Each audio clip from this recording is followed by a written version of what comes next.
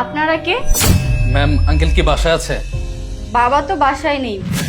আপনারা আমাকেই বলুন না কি কাজ। ম্যাম, আমরা ফাইন্যান্স কোম্পানি থেকে এসেছি। আপনার বাবা যে গাড়িটা কিনেছেন 4 মাস যাবৎ সেই কিস্তিটা বাকি আছে। বাবা তো এখন বাসায় নেই। বাবা বাসায় আসলে আমি বাবাকে বলে দিব, বাবা আপনাদের সাথে কথা বলে নেবে।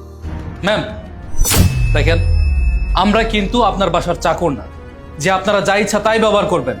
আপনার বাবা যে গাড়িটা কিনেছে গত 4 মাস যাবৎ উনি কিস্তি দেন না। আপনারা যে গাড়িটা কিনেছিলেন টাকাটা দিতেই পারবেন না, তাহলে গাড়িটা কেন কিনলেন? এখন যদি আপনারা টাকাটা না দেন তাহলে আমরা জোর করে গাড়িটাকে উঠিয়ে নিয়ে যাব। ভাইয়া, আপনারা তো রীতিমতো গুন্ডামি শুরু করে দিয়েছেন। এমন আবার হয় নাকি?